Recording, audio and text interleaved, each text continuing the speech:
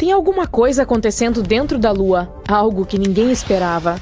Não é uma mudança dramática que você veria do lado de fora, mas no fundo, onde as coisas parecem congeladas no tempo, os cientistas descobriram uma camada oculta do que você só poderia chamar de gosma lunar. Você se lembra das lições escolares sobre a crosta, o manto e o núcleo? Assim como a Terra, a Lua é feita de camadas, crosta, manto e núcleo. Entretanto, o núcleo da Lua é muito menor do que o nosso. O núcleo da Terra é enorme. Ele representa cerca de 1/3 de toda a massa do nosso planeta. O núcleo da Lua representa apenas cerca de 1 a 2% de sua massa, e seu diâmetro é cerca de 1/5 do diâmetro da própria Lua. Ele é cercado por um manto duro e rochoso. Mas acontece que, entre essas duas camadas, há uma misteriosa camada de gosma, e ela é muito mais importante do que você imagina. A camada é macia e parcialmente derretida, que vai e vem como as marés em nossos oceanos. Ela sobe e desce, esticando e mudando como se estivesse viva. Seu movimento não é caótico, mas sutil e regular. Sempre soubemos que a Lua influencia nossos mares e oceanos, causando marés com sua gravidade. Mas acontece que nós a influenciamos de volta. O oceano de gosma reage à dança gravitacional entre a Terra e o Sol. Além disso, a camada fundida poderia ser feita de ilmenita, um mineral muito intrigante. A ilmenita é rica em titânio, um metal forte e leve que nós realmente amamos aqui na Terra. O titânio é usado em tudo, desde peças de avião e naves espaciais até dispositivos médicos, até mesmo em itens do cotidiano como bicicletas e laptops. Tudo isso porque ele é incrivelmente forte e muito resistente à corrosão e ao calor. Portanto, se a Lua tiver uma camada fundida rica em ilmenita, isso seria fantástico. Os astrônomos já estão planejando bases lunares, e se tivéssemos um material para construir estruturas, espaçonaves ou até mesmo ferramentas para os astronautas ali mesmo, isso mudaria tudo. Caso contrário, precisaríamos transportar materiais da Terra, o que é extremamente caro. Esse é o nosso primeiro sinal tangível de que a Lua não é apenas uma rocha fria e chata. Em vez disso, ela é dinâmica, viva e respirando, com forças em movimento sob sua superfície. A NASA usou novas ferramentas especiais para descobrir esse fato: o Gravity Recovery and Interior Laboratory e o Lunar Reconnaissance Orbiter. Ambas as missões espaciais foram projetadas para estudar a Lua, mas não se limitam a observar a superfície como um telescópio. Em vez disso, ajudam a medir coisas que não podemos ver com nossos olhos, como a gravidade da Lua e como ela muda com o tempo. O Grail enviou 2 pequenas espaçonaves ao redor da Lua, chamadas Ebb e Flow. Inteligente. A ideia era que essas espaçonaves voassem próximas uma da outra e medissem pequenas diferenças na gravidade da Lua à medida que avançavam. É como se elas estivessem sentindo a atração invisível da Lua em lugares diferentes. Se a gravidade da Lua fosse mais forte em um ponto, as espaçonaves se aproximavam, e se fosse mais fraca, elas se afastavam. Isso ajuda os cientistas a entender o que está acontecendo dentro da Lua, mesmo que eles não possam realmente ir até lá. E a espaçonave colidiu intencionalmente com a Lua em dezembro de 2012 para encerrar a missão. O Lunar Reconnaissance Orbiter é um pouco diferente. Ele tira fotos lunares super detalhadas e coleta outras informações importantes sobre sua superfície.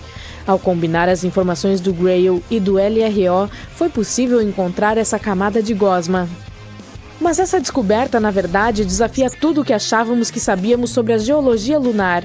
Como essa camada fundida foi parar lá? Há quanto tempo ela existe? E talvez ainda mais fascinante, como ela se manteve quente por milhões de anos? Essas são perguntas de $1 milhão. O núcleo da Lua gera calor, assim como o nosso, mas não é tão fácil quanto dizer: o calor do núcleo provavelmente o mantém quente e derretido. Primeiro, o núcleo da Lua é muito menor e menos ativo do que o da Terra, o que significa que produz muito menos calor. Além disso, a Lua é muito mais fria do que a Terra em geral. Falando em temperaturas, é claro. Com as temperaturas caindo para menos 130 graus Celsius na superfície, como essa camada interna poderia ainda permanecer nesse estado fluido? Isso ainda é um mistério. De qualquer forma, essa gosma poderia de fato explicar muitas coisas sobre a Lua. Por exemplo, os astrônomos estavam explorando os terremotos lunares e como eles acontecem. Agora eles acham que pode ser essa camada semifundida se deslocando e se movendo sob a superfície. Além da própria Lua, ela também nos diz mais sobre outros corpos celestes. Se a Lua, algo que consideramos basicamente uma enorme rocha estática, tem uma vida tão dramática, o que dizer de outros planetas, luas ou asteroides? Será que eles também poderiam esconder movimentos semelhantes sob suas superfícies? Podemos até entender melhor nosso próprio planeta, aprender mais sobre como funcionam as marés e coisas semelhantes. Há tantas descobertas incríveis que estamos fazendo na Lua. Recentemente, encontramos algumas coisas incríveis sob a superfície. Cavernas enormes, escondidas por milhões de anos. Há mais de 50 anos, os cientistas suspeitam que a superfície da Lua esteja repleta de túneis e cavernas subterrâneas. Eles são conhecidos como tubos de lava, pois foram formados por lava. Há milhões de anos, a Lua era bastante instável. Ela passou por alguma atividade vulcânica, causando erupções. Quando um vulcão entra em erupção, a lava pode fluir pela superfície. À medida que a camada externa da lava esfria e endurece, ela forma um teto sólido de material escuro. É isso, de fato, que são as famosas manchas escuras na Lua, restos escuros e endurecidos de lava antiga. Mas a lava quente e derretida continua a fluir pelo centro. Quando a erupção termina e a lava é drenada, o que resta é um túnel vazio e oco, portanto, um tubo de lava. Na Terra, vemos tubos de lava em lugares como o Havaí ou a Islândia, onde a atividade vulcânica criou túneis subterrâneos semelhantes. A mesma coisa aconteceu na Lua há bilhões de anos, embora eles sejam muito mais malucos do que os nossos. De fato, acredita-se que os tubos de lava lunares sejam agora alguns dos maiores e mais longos de todo o sistema solar. Uma dessas cavernas foi descoberta sob o famoso Mare Tranquillitatis, o local onde a Apollo 11 aterrissou pela primeira vez. E ela tem pelo menos 104 metros de profundidade. E todos esses sistemas de cavernas permaneceram escondidos logo abaixo da superfície, intocados por milhões de anos. Somente agora eles finalmente conseguiram provar sua existência. Cientistas da Universidade de Trento, na Itália, os encontraram usando a tecnologia especial de radar e métodos avançados de computação. Essas técnicas permitem que você veja o subsolo enviando ondas de radar. As ondas retornam e dão pistas sobre o que está escondido embaixo. Ao analisar a maneira como essas ondas são refletidas, os pesquisadores puderam detectar a forma e o tamanho das cavernas escondidas. A melhor coisa sobre essa descoberta é que poderíamos construir todas as nossas bases lá. Essas cavernas protegem contra a radiação, ventos fortes e meteoroides. A NASA até encontrou evidências de que algumas dessas cavernas permanecem a uma temperatura constante de 17 graus Celsius. Isso é muito aconchegante para a Lua. E além disso, pode até haver água lá. Portanto, os seres humanos poderiam se abrigar dentro desses túneis naturais e construir colônias inteiras na Lua. E eu sei o que você está pensando. Será que monstros lunares inesperados podem se esconder nas profundezas dessas cavernas? Bem, com certeza há um enorme potencial para explorar essas cavernas e encontrar coisas incríveis. Mas mesmo que consigamos encontrar um milagre, como vida pequena ou organismos microbianos, há 99% de chance de que não haja animais ou monstros reais. Seria simplesmente impossível que eles se desenvolvessem em tais condições. Mas isso daria um ótimo filme de terror. Os pesquisadores querem enviar robôs ou drones para explorar os túneis primeiro e depois...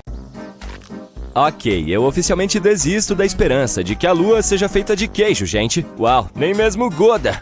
A bola lunar brilhante, ou uma banana torta, ou a metade de uma moeda, dependendo da fase em que está, tem diferentes camadas em seu interior, assim como a Terra. Uma dessas camadas é chamada de núcleo interno. Há cerca de 20 anos, os cientistas estavam observando como a Lua girava. Usando esses dados, eles concluíram que ela tinha um núcleo externo fluido, mas o núcleo interno era difícil de ser estudado, então eles não sabiam se era sólido como uma rocha ou derretido como um líquido quente.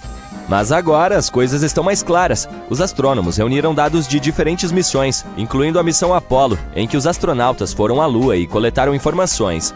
Além disso, eles usaram uma técnica especial chamada dados sísmicos. Esse método consiste em estudar como as ondas sonoras se movem através das coisas. Tomemos como exemplo os terremotos em nosso planeta. Quando ocorre um terremoto, ele cria ondas que atravessam o solo. Os cientistas podem detectar e analisar essas ondas para saber mais sobre o interior da Terra. A mesma ideia pode se aplicar a outros objetos em nosso sistema solar, como planetas ou, neste caso, a Lua. Quando ocorrem terremotos ou moonquakes, eles geram ondas sonoras. Ao ouvir e estudar cuidadosamente essas ondas, os cientistas podem criar um mapa detalhado do que há dentro do objeto. eles podem descobrir coisas como as diferentes camadas, do que são feitas e como estão dispostas. Para verificar o interior profundo da Lua, os cientistas também usaram algo chamado laser ranging. Esse método mede a distância entre a superfície da Terra e a Lua com muita precisão. E tadã! O núcleo interno do nosso satélite natural é uma bola densa e sólida feita de ferro, exatamente como na Terra. Ele tem cerca de 500 km de largura, o que equivale a quase 15% do tamanho da Lua inteira. Os pesquisadores também encontraram evidências que apoiam a teoria de que a camada entre a superfície da Lua e seu núcleo, chamada de manto, tem se movido à medida que a Lua evolui ao longo do tempo. Esse movimento é algo que chamamos de revolvimento do manto lunar e pode explicar por que encontramos elementos ricos em ferro na superfície lunar. O material do manto acaba sendo levado para cima e a rocha vulcânica permanece na crosta da Lua. Alguns dos materiais dessa rocha eram muito densos, como eu. Então eles simplesmente afundaram de volta no material mais leve da crosta até o limite entre o núcleo e o manto. É como um ciclo em que o material do manto da Lua sobe durante a atividade vulcânica, carrega elementos ricos em ferro para a superfície e depois afunda novamente. Há outro mistério que os cientistas vêm tentando resolver, o que fez com que o campo magnético da Lua enfraquecesse e quase desaparecesse ao longo do tempo. Parece que agora que sabemos sobre o núcleo de ferro e a reviravolta global do manto, poderemos obter mais respostas sobre o campo magnético da Lua. Saber como é o núcleo interno pode nos ajudar a entender melhor a história da Lua, bem como a história de todo o nosso sistema solar. Uma das teorias amplamente aceitas sobre a origem da Lua diz que houve uma colisão maciça entre a Terra em seus estágios iniciais e outro objeto misterioso em nosso sistema solar. É a chamada teoria do grande impacto, e essa colisão foi tão forte que arrancou um grande pedaço da Terra primitiva e derretida. Se você colocasse uma moeda ao lado de uma ervilha verde, teria uma boa ideia do tamanho do nosso planeta em comparação com a Lua. Esse pedaço foi então enviado para a órbita do nosso planeta. E isso pode ter acontecido cerca de 95 milhões de anos após a formação do nosso sistema solar. O objeto que colidiu com a Terra poderia ter cerca de 10% da massa do nosso planeta natal e aproximadamente o tamanho de Marte. Isso faz sentido, afinal, a Terra e a Lua têm composições semelhantes. É claro que existem outras ideias sobre como a Lua se formou. Uma delas diz que a força gravitacional do nosso planeta a capturou. Isso significa que a Lua era apenas um objeto que passava inocentemente por ali quando, de repente, foi atraído e puxado para a órbita da Terra. Existe até a hipótese de que a Terra roubou a Lua de Vênus. Nesse caso, a Lua não deve se queixar. Acho que a vista é muito melhor aqui. Então sim, a Lua e a Terra são semelhantes no que diz respeito a rochas e alguns minerais, mas a Lua não tem a mesma atmosfera do nosso planeta. Sua atmosfera é fina e consiste em alguns gases estranhos que incluem potássio e sódio, o que não é algo que se pode encontrar na atmosfera de Marte, Vênus ou Terra. E as rochas da Lua não contêm água, mas isso não significa que não haja água lá em cima. Há muito tempo, no século XVII, os astrônomos viram grandes manchas escuras na superfície da Lua. Um desses astrônomos achou que essas manchas pareciam oceanos, então as chamou de Maria, que significa mares em latim. Outros astrônomos também fizeram mapas da Lua e usaram o termo Maria para descrever essas manchas escuras. Por exemplo, Mare Tranquillitatis, traduzido como Mar da Tranquilidade, onde a Apollo 11 fez seu pouso. Mas parece que essas manchas escuras não são de fato oceanos. Elas são planícies feitas de lava endurecida que entrou em erupção há muito tempo. Essas erupções vulcânicas deixaram para trás áreas lisas e planas chamadas de planícies de basalto. No final do século XIX, um observador do céu estudou a Lua e descobriu que ela não tinha uma atmosfera. Sem uma atmosfera, não há nuvens nem ar para evitar que a água evapore. Portanto, os cientistas pensavam que qualquer água na Lua desapareceria imediatamente. Eles acreditavam que a Lua era totalmente seca. Mas então, em 1961, um físico teve uma ideia diferente. Ele apontou que poderia haver água na Lua em áreas especiais chamadas regiões permanentemente sombreadas. Esses são pontos na Lua onde o Sol não brilha, portanto eles permanecem escuros o tempo todo. Assim, o gelo de água poderia existir nessas áreas escuras porque elas são extremamente frias e o gelo não evaporaria. Mas, quando os astronautas das missões Apollo foram à Lua, eles trouxeram de volta amostras do solo e os cientistas não encontraram sinais de água nelas. Assim, todos voltaram a pensar que a Lua era completamente seca. Nos anos 1990, a NASA concentrou-se nessas crateras sombreadas e encontrou altas concentrações de hidrogênio, o que significa que poderia haver gelo nos polos da Lua. Eles ainda não tinham certeza, então continuaram cavando e, depois de algum tempo, encontraram hidrogênio preso dentro de minúsculos grânulos de vidro vulcânico. Como não há vulcões ativos na Lua atualmente, isso significa que é provável que havia água na Lua quando esses vulcões entraram em erupção há muito tempo. Além disso, poderia haver muito mais água nos primórdios da nossa Lua. Em 2020, a missão Sofia, da NASA, nos mostrou o que estávamos procurando há muito tempo. Afinal, existe água na Lua. Acontece que a água está escondida entre os grãos de poeira lunar ou grudada na superfície nas áreas iluminadas pelo Sol da Lua. Portanto, não há oceanos como os que temos na Terra, mas pelo menos há alguma coisa. Mas a pergunta permanece: como a água chegou até lá? Parece que a Lua teve uma história caótica na época em que estava se formando, como provavelmente a maioria dos planetas e luas do nosso sistema solar. Portanto, há algumas evidências de que a água chegou lá por meio de cometas que atingiram sua superfície nos velhos tempos, ou talvez continue chegando por meio daqueles que estão se chocando contra a Lua atualmente.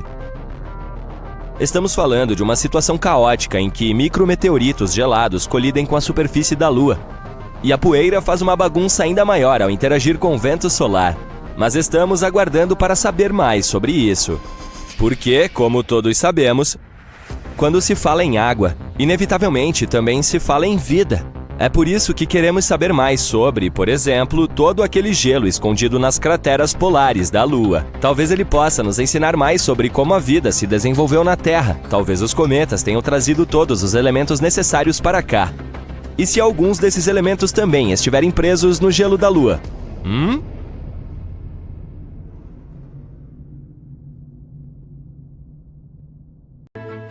O tempo pode se esticar ou encolher dependendo de onde você está. Se você subir até o topo de uma montanha extremamente alta, o tempo vai passar um pouquinho mais rápido do que se você estivesse lá embaixo, no vale. Tudo isso é por causa da gravidade e de como ela afeta o tempo. A gente mal percebe isso no dia a dia. Mas para cientistas e agências espaciais que estão se preparando para mandar pessoas para a Lua, essas diferenças minúsculas no tempo realmente fazem diferença. A gente vai responder o porquê disso um pouco mais para frente. Agora mesmo, uma nova corrida espacial está em andamento. Muitos países querem estabelecer bases de longo prazo na Lua. Com humanos lá em cima, coisas como manter o tempo de forma confiável se tornam cruciais. A questão é que a Lua não funciona no tempo da Terra. Um dia na Lua passa um pouco mais rápido do que um dia na Terra.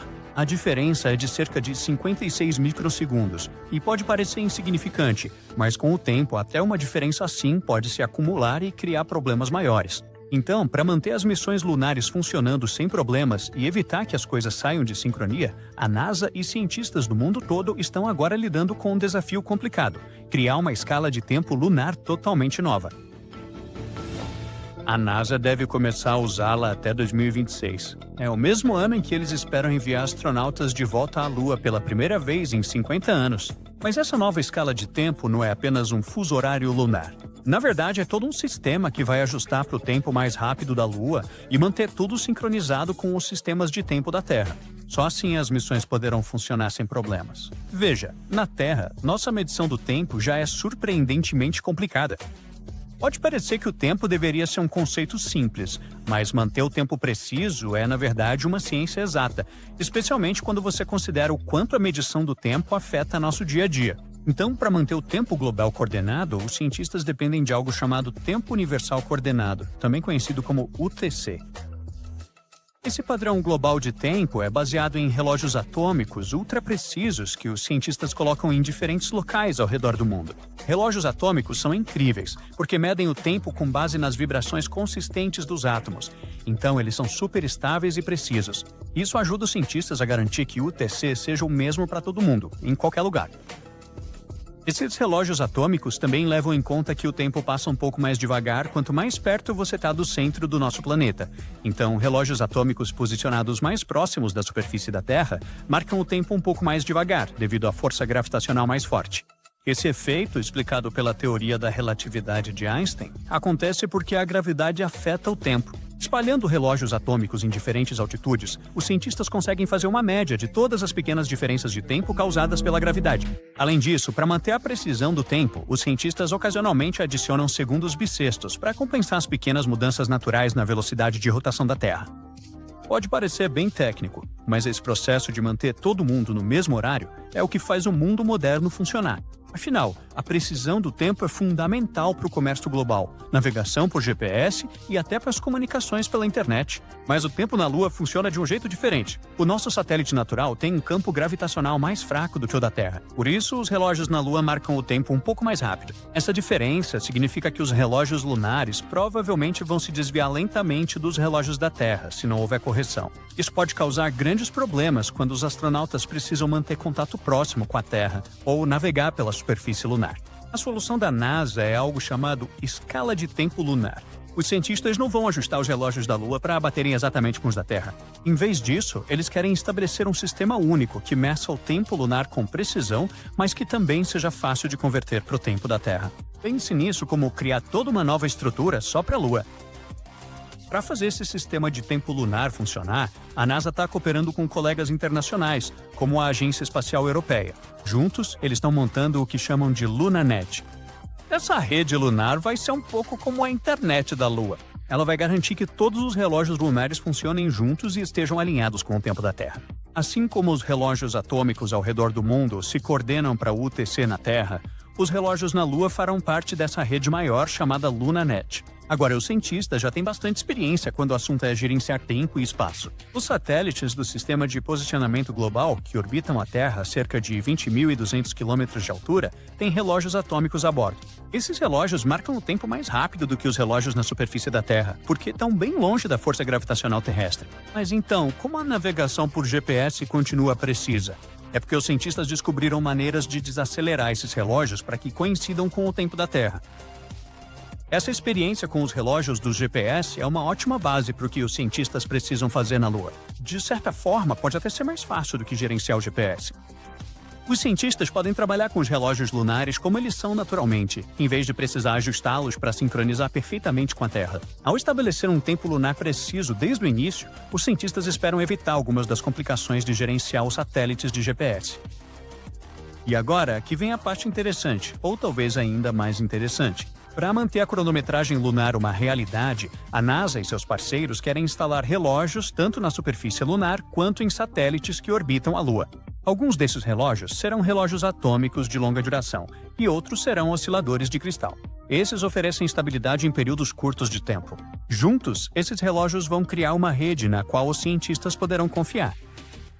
Enquanto isso, relógios atômicos para o espaço não são nada baratos. Eles podem custar impressionantes alguns milhões de dólares cada. Felizmente, os osciladores de cristal são mais acessíveis, mas não mantêm a precisão por longos períodos. Uma vez que esses relógios estejam instalados, eles vão funcionar juntos como parte do LunaNet, que será a estrutura da NASA para tudo relacionado a tempo e redes de dados baseadas na Lua. O LunaNet vai funcionar como uma internet para operações lunares. Diferentes agências espaciais vão contribuir para ele, assim como os provedores de internet fazem aqui na Terra. Mas há outro conjunto de desafios, e está ligado à rotação da Lua. Primeiro, um dia na Lua dura muito mais do que um dia no nosso planeta, porque a Lua leva cerca de 28 dias terrestres para completar uma rotação. Além disso, o equador da Lua passa por cerca de 14 dias de luz solar seguidos por 14 dias de escuridão, diferente do ciclo regular de dia e noite da Terra. E no Polo Sul da Lua, onde a NASA pretende estabelecer futuras missões lunares, existem áreas que permanecem permanentemente iluminadas ou na sombra. Isso pode dificultar para os astronautas manterem o controle do tempo. A NASA e seus parceiros esperam envolver mais países nesse projeto por meio de organizações internacionais como a União Astronômica Internacional. A ideia é fazer com que o maior número possível de países adote uma escala de tempo lunar, para que todos que exploram a Lua estejam alinhados. Agora, outra coisa realmente empolgante sobre tudo isso é que descobrir o tempo lunar pode ajudar em futuras missões espaciais, como viagens a Marte. A experiência e o conhecimento que vamos adquirir ao estabelecer uma escala de tempo lunar provavelmente servirão de modelo para gerenciar o tempo em planetas ainda mais distantes. Essa é uma das razões pelas quais os cientistas estão levando esse projeto lunar tão a sério. Para os astronautas vivendo na Lua, um sistema de tempo consistente e confiável será essencial, não só para a navegação, mas para tudo, desde experimentos científicos até as atividades do dia a dia. O projeto de tempo lunar da NASA é realmente inovador. É o primeiro passo para gerenciar o tempo à medida que os humanos avançam ainda mais no espaço. E se eles acertarem, isso vai significar que os futuros astronautas não vão depender apenas do tempo da Terra para se orientar. Eles também terão um tempo lunar e, quem sabe, um dia até um tempo marciano. A medição precisa do tempo é importante tanto para entender cientificamente a passagem do tempo na Lua, quanto para montar toda a infraestrutura necessária para realizar as missões. Os cientistas também estão ansiosos para criar uma escala de tempo do zero, porque podem aproveitar tudo que aprenderam sobre a medição do tempo na Terra e aplicar em um novo sistema na Lua. Bom, meu tempo acabou, então tchau. Nosso projeto de exploração da Lua começou em 1969. É claro que houve alguns problemas ao longo do caminho, mas os astrônomos têm certeza de que voltaremos lá em breve e com mais conhecimento e tecnologia. Entretanto, há um truque de 800 anos que pode se tornar muito mais útil do que a tecnologia sofisticada de GPS e foguetes potentes. Ele é chamado de esfera de Fibonacci. Alguns cientistas de uma universidade na Hungria se depararam com essa ideia enquanto estudavam a Lua. Eles acreditam que ela pode ser útil para entender melhor como o nosso satélite gira e é um pouco esmagado enquanto orbita em torno da Terra. Você pode acreditar que nosso planeta e seus satélites são pequenas esferas perfeitas que flutuam no espaço. Bem, isso não é verdade. Eles são de fato como bolas de futebol ligeiramente desinfladas devido a toda a gravidade, movimentos de rotação e marés. A tecnologia GPS que usamos aqui na Terra já está adaptada a essas proporções de bola menos que perfeitas. Lembre que nosso planeta é um pouco achatado em seus polos. Se quisermos criar um sistema de mapas para a Lua, precisamos fazer o mesmo para seu formato, chamado de selenoide, ou o que os cientistas chamam de versão da Lua do formato da Terra. Como o nosso satélite é menos comprimido do que o nosso planeta, os cientistas têm usado um atalho até agora. Eles têm olhado para ele como uma simples forma de bola. No entanto, com todos esses novos projetos que estão por vir nas próximas décadas, e até mesmo com algumas viagens emocionantes que poderemos fazer para lá, precisaremos ser mais precisos. Os cientistas agora acreditam que devemos obter os dados reais e começar a desenhar uma imagem precisa da Lua. É aqui que a esfera de Fibonacci se torna útil. É uma solução inteligente que tem sido usada por matemáticos para distribuir pontos uniformemente em uma bola.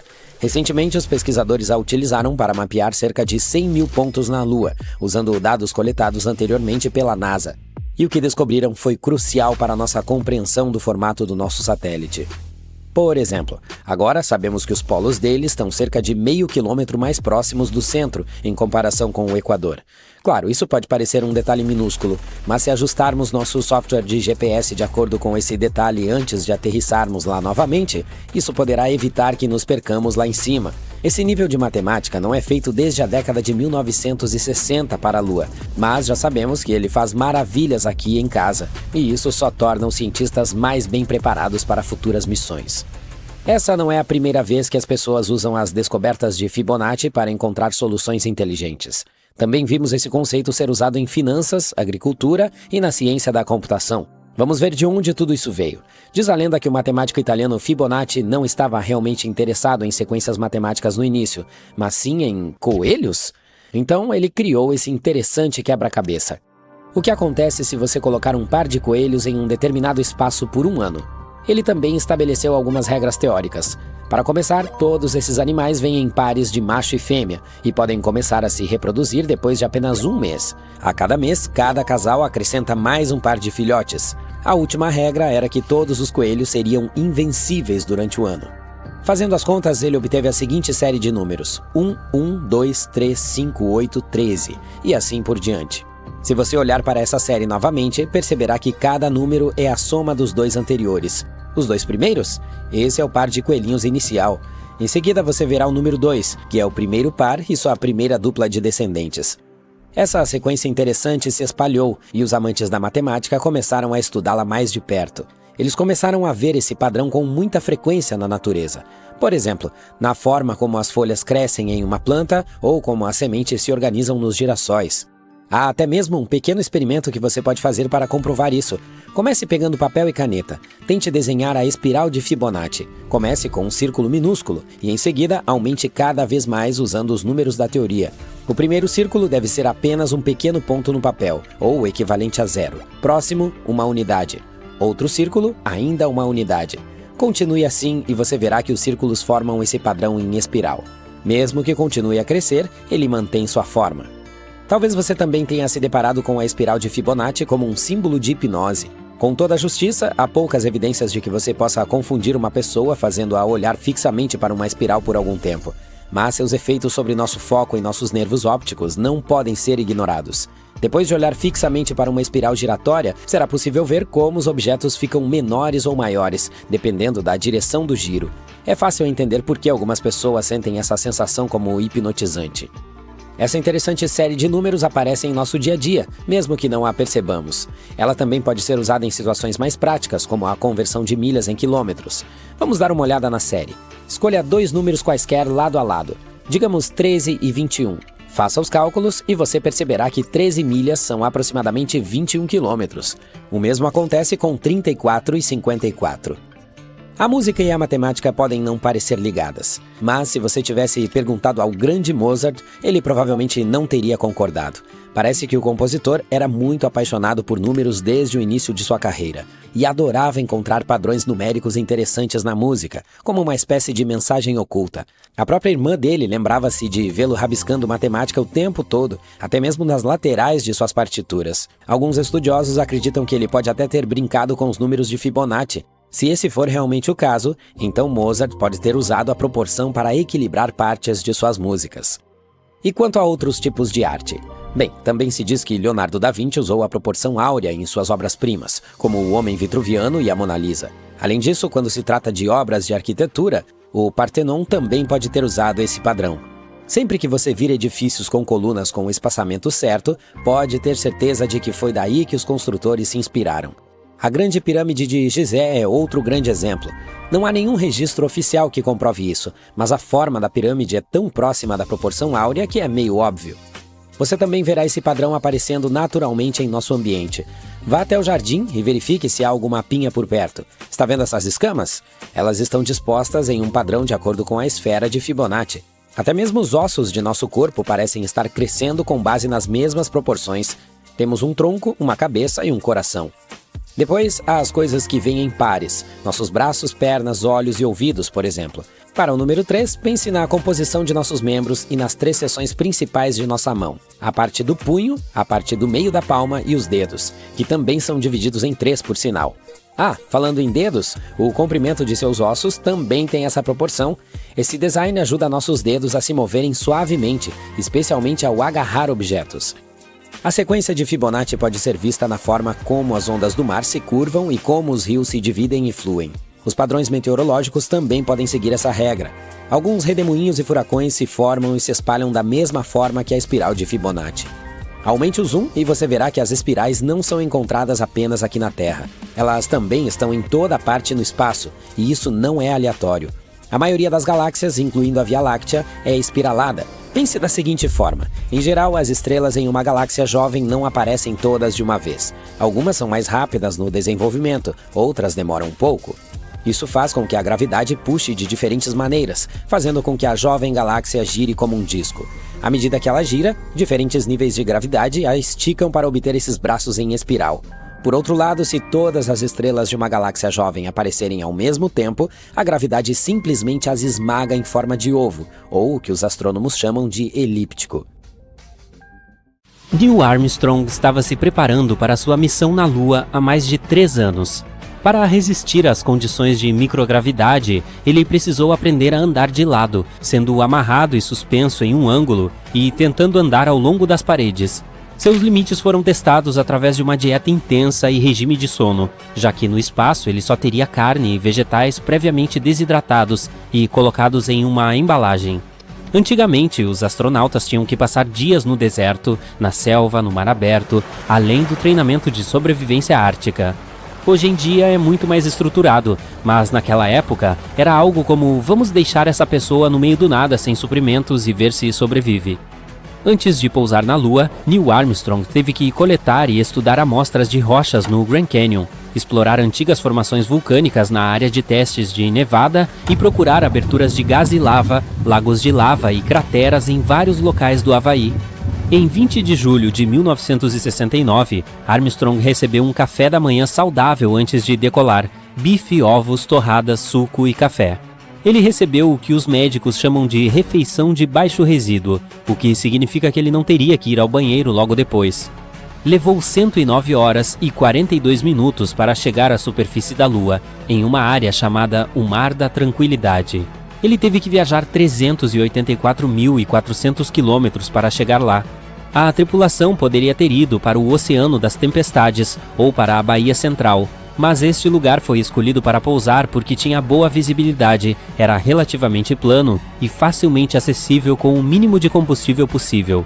Quando estava a cerca de 150 metros acima da superfície da Lua, Armstrong teve que manobrar a nave espacial manualmente para garantir que não pousasse em uma cratera perigosa.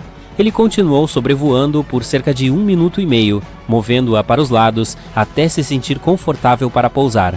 Assim que seu dispositivo pousou em segurança, ele imediatamente fez uma conexão por rádio para o controle da missão, localizado em Houston, no Texas, com a agora famosa mensagem: "A Águia pousou". Firmemente ele desceu a escada do módulo lunar, enquanto uma câmera de televisão estava conectada à nave para registrar seu progresso. A câmera também transmitiu o sinal de volta à Terra, onde centenas de milhões de pessoas estavam assistindo ansiosamente. Precisamente às 23 horas e 56 minutos pelo horário de Brasília no mesmo dia, Armstrong colocou os pés no solo lunar, dizendo: "Esse é um pequeno passo para o homem, um salto gigantesco para a humanidade".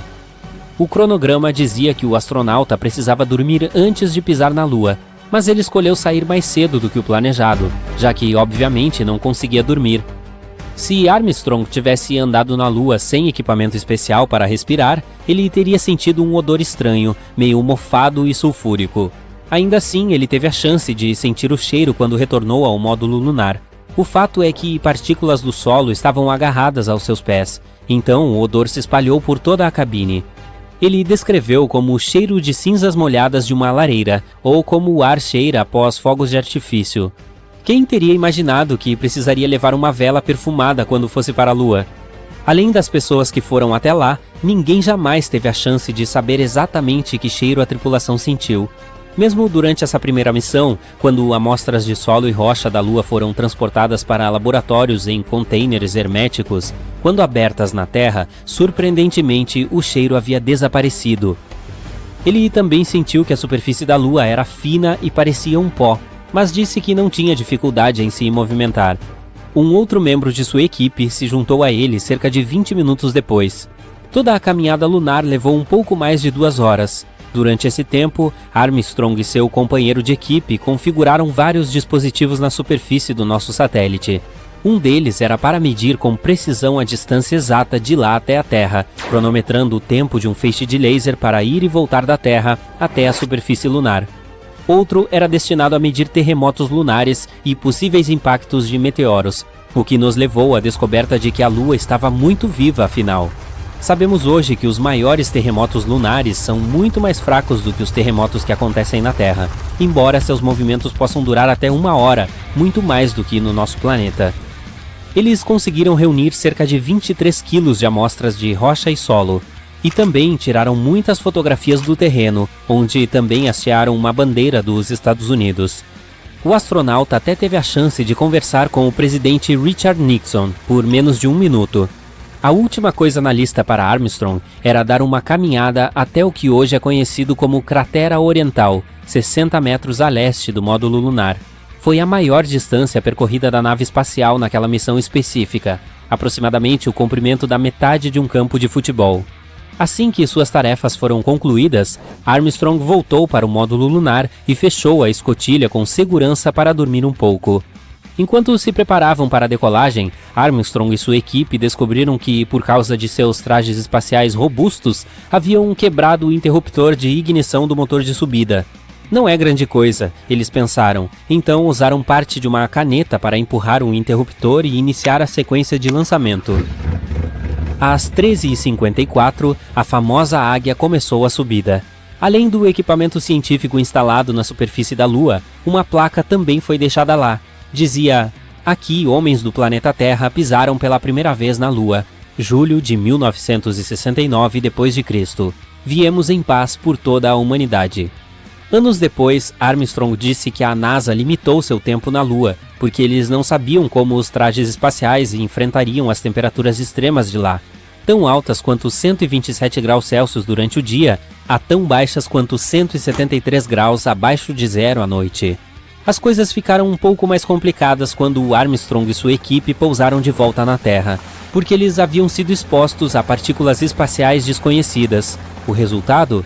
Eles tiveram que ser colocados em quarentena de proteção planetária em seu retorno, assim que sua cápsula espacial pousou com segurança no Oceano Pacífico, em 24 de julho. Essa quarentena específica para os astronautas da Apollo 11 é uma das razões pelas quais temos micro-ondas em nossas cozinhas hoje. Quando eles voltaram da Lua pela primeira vez, inicialmente passaram seus primeiros dias em uma instalação móvel de quarentena, ou MQF. Claro, a MQF tinha cadeiras confortáveis, beliches, banheiros e chuveiros, mas não tinha muito espaço para uma cozinha chique. Como não havia espaço para um forno ou churrasqueira padrão, e também para reduzir os possíveis incêndios que poderiam ter ocorrido, a NASA teve que ser criativa. Foi assim que o forno de micro-ondas de bancada foi desenvolvido, para ajudar os astronautas com suas refeições sem a agitação de uma cozinha totalmente equipada. Hoje em dia você pode ver o primeiro micro-ondas em um museu em Oakland, Califórnia. Depois de retornar à Terra, Armstrong afirmou que nunca mais alcançaria as estrelas. Mas ele não parou de explorar. Em 1985, se juntou a uma equipe profissional de outros maiores exploradores para o Polo Norte. Ele se juntou ao alpinista Edmund Hillary, ao aviador Steve Fossett e ao fotógrafo Patrick Morrow, chegando ao Polo Norte em 6 de abril de 1985. Armstrong afirmou que queria ver como era o gélido polo da Terra de perto, já que ele só o tinha visto da superfície lunar. A missão Apollo 11 foi, no entanto, inesquecível para Armstrong. Em 2015, a instituição Smithsonian descobriu que ele havia guardado escondido um saco de tecido cheio de pequenas partes do módulo lunar, incluindo seu cinto, algumas luzes úteis e seus suportes, uma chave de emergência e a mira óptica que estava montada acima da janela do módulo espacial, assim como a câmera de aquisição de dados que gravou as imagens icônicas de Armstrong dando seu pequeno passo na Lua. Armstrong guardou isso para si por muitos anos, até que sua viúva Carol finalmente encontrou. Ele até manteve isso em segredo de seu biógrafo oficial, que muitas vezes perguntou se ele havia guardado alguma recordação de sua famosa missão. No entanto, ele não trouxe esses objetos de volta à Terra sem que ninguém percebesse. Apenas mencionou que era um monte de lixo que ele queria trazer de volta.